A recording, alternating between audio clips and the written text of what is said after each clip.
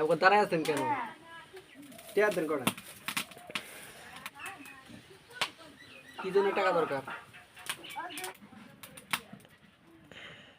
ছাড় চাইছে পিকনিকে যাম।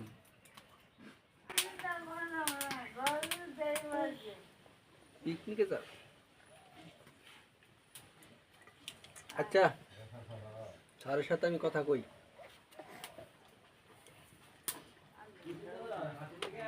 তারপরে দেখি কি করা যায়।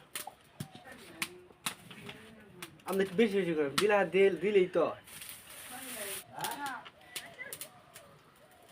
এখন দিতে পারবো না ভাই। স্যারের সাথে কথা কই, বুঝি শুনি পিকনিকে যাওয়া যাবো কিনা। না